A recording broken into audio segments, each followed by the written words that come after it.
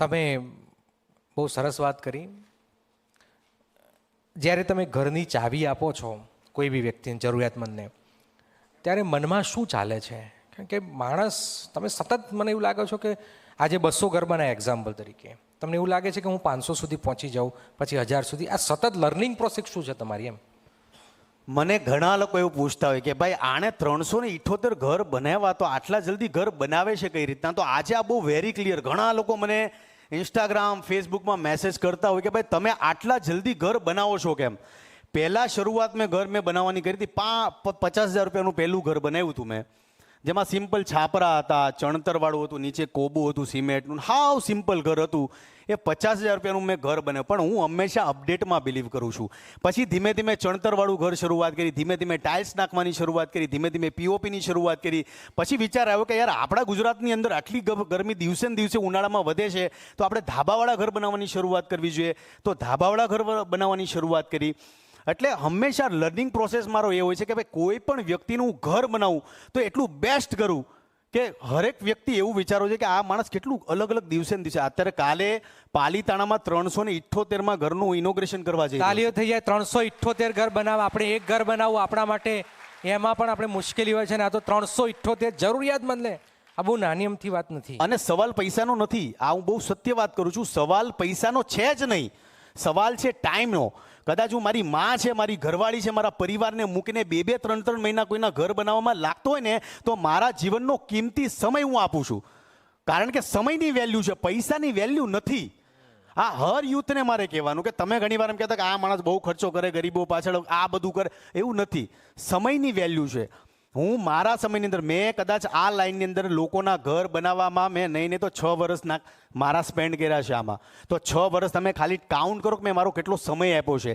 પૈસાની વેલ્યુ છે જ નહીં, પણ 6 વર્ષમાં અમે કેટલા બધા મારા તહેવારોને ત્યાગ કરી અને લોકોના ઘર બનાવ્યા છે. એટલે મારી ભાવના ઓલવેઝ એ હોય છે, મેં ક્યારેય કોઈ પણ વ્યક્તિનું અહિત કરવાનું વિચાર્યું નથી. હું એવું વિચારું, અને જો ઘણીવાર કેવું હોય, હું અત્યારે બિઝનેસમાં ઘણો સક્સેસ છું, ધારો તો આ બધી વસ્તુ મૂકી દઉં અને કામ ધંધે ચડી જાઉં, પણ હું ઘર શું કામ બનાવું છું? મને એમ લાગે યાર છે તો મારો ગુજરાતી ને યાર, આપણે આપણા ગુજરાતીઓ માટે નહીં કરીએ તો કોના માટે કરશું? હું 7 વર્ષ પહેલાં મારી દુબઈની જર્ની વાત કરું કે 7 વર્ષ પહેલાં હું એક એડ શૂટ કરવા દુબઈ ગયો હતો. રિયલ એસ્ટેટની વાત કરું છું. હવે રિયલ એસ્ટેટની મેં શૂટ કર્યું, એડવર્ટાઇઝમેન્ટ કરી. મને વિચાર આવ્યો અંદરથી, હું ઓલવેઝ પૈસા માટે કલાકારો કામ નથી કરતા, એમાંનો એક કલાકાર હું છું. મને વિચાર આવ્યો કે હું આ દુબઈમાં રિયલ એસ્ટેટની એડ કરું છું. 7 વર્ષ પહેલાંની વાત કરું.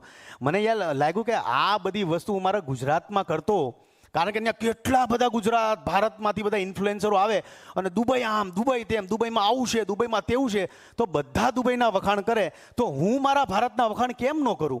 હું બીજા દેશના વખાણ કરવા કરતાં બેટર છે કે હું મારા ભારતના વખાણ કરું. તમે માનશો નહીં, એ પછી મને નહીં તો 35 લાખની 3 વખત એડવર્ટાઇઝમેન્ટ આવી રિયલ એસ્ટેટની. મેં નથી કરી. કેમ નથી કરી? કારણ કે હું એવું વિચારું છું કે આપણું ઇન્વેસ્ટમેન્ટ છે, દુબઈમાં જાય, અમેરિકામાં જાય, લંડનમાં જાય, તો નુકસાન આંશિક હદે ભારતને છે. આપણે કોઈ દેશના વિરોધી નથી, પણ આપણે બિંગ અ યંગસ્ટર, આ જેટલા યુથ છે, આપણે ઝેનઝી તરીકે વિચાર હંમેશા એ કરવાનો છે કે આપણો પહેલા દેશ પ્રેમ. પછી આપણે શું કરીએ?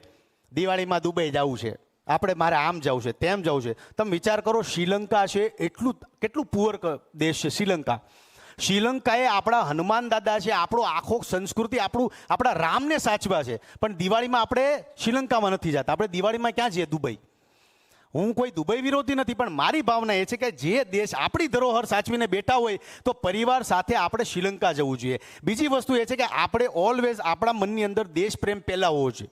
પણ યંગ જનરેશન શું કરે? રાત્રે બેઠા હવે કાંઈ વધ્યું નથી દેશમાં, આપણે આ વિચાર કરીએ. આ મોટામાં મોટો પ્રશ્ન છે, અને ખાસ યંગ જનરેશનનો મોટામાં મોટો ઇસ્યુ છે કે હવે આપણે બહુ અટવાઈ ગયા. કાંઈક કોકને હાર્ટ એટેક આવે તો કે કોરોના વેક્સિન લીધી તો બધું આમ થઈ ગયું. આપણે પરસેપ્શન તરત બાંધી લઈએ, પણ એવું નથી હોતું. આપણે જો કોરોના વેક્સિન બેસ્ટ છે આપણા બધા માટે, આ બહુ સત્ય વાત કરું છું. હાર્ટ એટેક આવવાનું મુખ્ય કારણ, જો હું દેશ વિદેશમાં, હું આખા ગુજરાતમાં રખડ્યો છું, એટલે હું તમને કહું છું કે આ જે હાર્ટ એટેક આવે છે એનું મોટામાં મોટું કારણ છે ભેળસેળ. આપણે જે ભેળસેળવાળું ખાઈએ છીએ, અને બીજું છે ઓર્ગેનિક નથી ખાતા. કેટલી બધી દવા છે, કેટલી બધી દવા.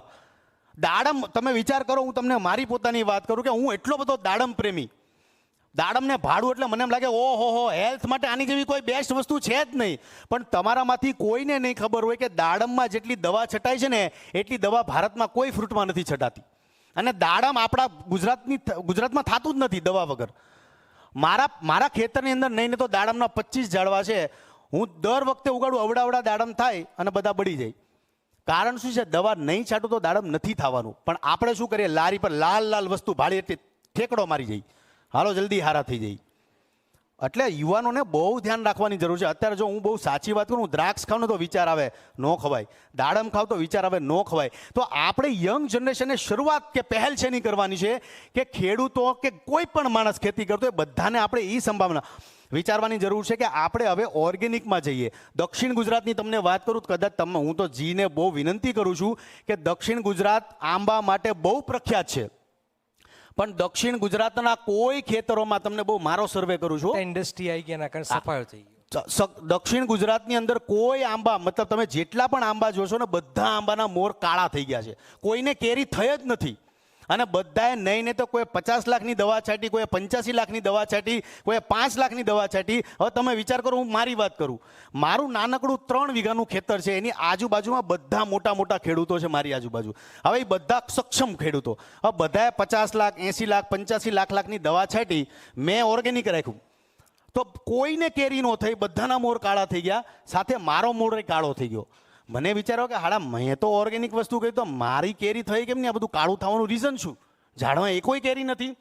પછી મને નાના વડીલોએ બધાએ કીધું કે ભાઈ આજુબાજુવાળાએ તો દવા છાંટી ને, એ બધી દવા તમારા ખેતરમાં આવી. તમે વિચાર કરો કે આ રાસાયણિક દવા આપણી હેલ્થ માટે કેટલી ખરાબ છે. એટલે યુથને આ દિશામાં આપણે આવનારા સમયમાં જવું પડશે. બહુ આમ તો યુથને પછી બહુ ડોઝ આપીએ ને તો પછી પેલા બહુ ડોઝ નહીં આપ.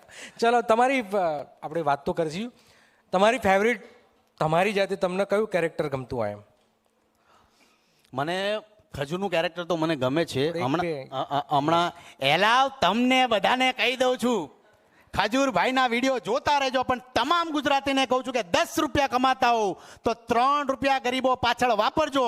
કારણ કે 3 રૂપિયા તમે વાપરશો તો મારો મહાદેવ તમને 30 ગણા આપશે, એની ગેરંટી હું આપું છું. હમણાં ઘણી બધી બહેનોએ મને એવું કીધું, ઇન્સ્ટાગ્રામમાં ફેસબુકમાં મને બહુ ઘણા ચર્ચાઓ મેસેજ આવતો હોય બધી બહેનો કે તમે હમણાં પિસ્તાનું કેરેક્ટર લેડીઝનું નથી કરતા તો એ કરો. તો અત્યારે આ ઝીના માધ્યમથી કહું કે આવનારા સમયમાં મારી ઝેન્ઝી ઉપર એક સિરીઝ આવી રહી છે, લેડીઝ છોકરી બનવાનો છું, છોકરીનું કેરેક્ટર હું કરવાનો છું. તો જરૂરથી જોજો, તમને બધાને બહુ જ ગમશે. જે કોમેડીમાં જે મેલમાંથી ફિમેલ બને એ વધારે સક્સેસ જાય આપણે જોઈએ છીએ. યસ, 100%. જો એનું કારણ છે તો પુરુષની અંદર, છોકરાઓની અંદર એક છોકરી વસેલી છે. એનું એક કોઈક હોય તમારું ફેવરેટ? એનું તમને હું કારણ કહું છું. જો મેં તો લેડીઝ કેરેક્ટર કર્યા છે એટલે હું તમને કહું કે લેડીઝ કેરેક્ટરમાં તમે જ્યારે વીગ પહેરતા હો, તમે જ્યારે મેકઅપ લગાડતા હો ત્યારે તમને રિયલાઇઝ થાય કે ખરા અર્થમાં વુમન શું છે, ખરા અર્થમાં છોકરી શું છે. એનું કારણ તમને કહું, કેટલી આટલા મોટા તમે વાળ રાખો બોસ, ગરમીના મરી જાઓ તમે, અને એમાં પાછો 1.5 કિલોનો મેકઅપ નાખ્યો હોય તમે. હું જ્યારે લેડીઝનું કેરેક્ટર કરતો ને મારા મોઢા પર મેકઅપ હોય ને મને એમ થાય કે યાર ઓ કેટલી બધી ગભરામણ થાય. એમાં તમે કપડાં પહેરો, આ બધી વસ્તુ પહેરો ને ત્યારે તમને રિયલાઇઝ થાય કે એક છોકરી કે બેન કોઈ પણ હોય એ 50 કિલોનો વજન કે મારે લઈને ફરતી હોય એવું ફીલ થાય તમને. એટલે આપણી ગુજરાતની તમામ બહેનો માટે જોરદાર તાળી થઈ જાય. અને આજે તમારા માધ્યમથી આજે આપણે પહોંચ્યા છે તો કહું છું, જો હું બહુ નિખાલસ માણસ છું અને મારી ભાવના એવી હોય છે કે હું આગળ વધું ને તો હરેક વ્યક્તિઓ આગળ વધે. એટલે બહેનોને ખાસ કહું છું કે ઇન્સ્ટાગ્રામનો તમે ઉપયોગ કરતા હો તો સ્ક્રોલ આપણે કરતા હોય કે આજે આ લેવું છે સોશિયલ મીડિયામાંથી, કે ભાઈ ઓનલાઈન આ ખરીદી કરવી છે, કે ભાઈ આ હિરોઈન છે એનો મેકઅપ આવો છે, કે એણે આવા કપડાં પહેર્યા છે, એ બધી વસ્તુમાં સમય સ્પેન્ડ કરવા કરતાં બહેનોને ખાસ મારે કહેવાનું કે નાનો બિઝનેસ શરૂઆત કરો. તમને વિડીયો બનાવવામાં કોઈ પણ જાતની તકલીફ પડતી હોય તો તમારો ખજૂરભાઈ હારે બેઠો છે, તમને વિડીયો બનાવી આપશે, મફતમાં તમને સુવિધા આપશે. અને તમારે નાનું મોટું ઇન્વેસ્ટમેન્ટ પણ કરવું છે, હા ટેલેન્ટ હોવું જોઈએ. બરાબર, તમારામાં ટેલેન્ટેડ રહેશે ને તો હું પૈસા તમારામાં હું જોડીશ અને Financer પણ મળી ગયા, ચલો. મારી દિલથી એ વિચાર છે કે ગુજરાતની હરેક બહેનો આ બાબતે આગળ વધે. આપણે ખાલી હું જોઉં ને એમ ઘણીવાર હું મારા ફેમિલીમાં બધાને જોઉં ને બધા ઇન્સ્ટાગ્રામની અંદર જોતા ને બધું આ મંગાવું પેલું મંગાવું આ કરું, એની કરતાં બેટર છે નાના નાના બિઝનેસ કરો બેનો. હું બહુ દિલથી રિક્વેસ્ટ કરું છું, કારણ કે 7 વર્ષ પહેલા મેં બિઝનેસની શરૂઆત નથી કરી, એટલે ગુજરાતની બહેનોને કહું છું કે તમે ખાલી નાનામાં નાનો બિઝનેસ ચાલુ કરો. જો તમારો બિઝનેસ સક્સેસફુલ ન થાય તો મને કહેજો. અને બીજી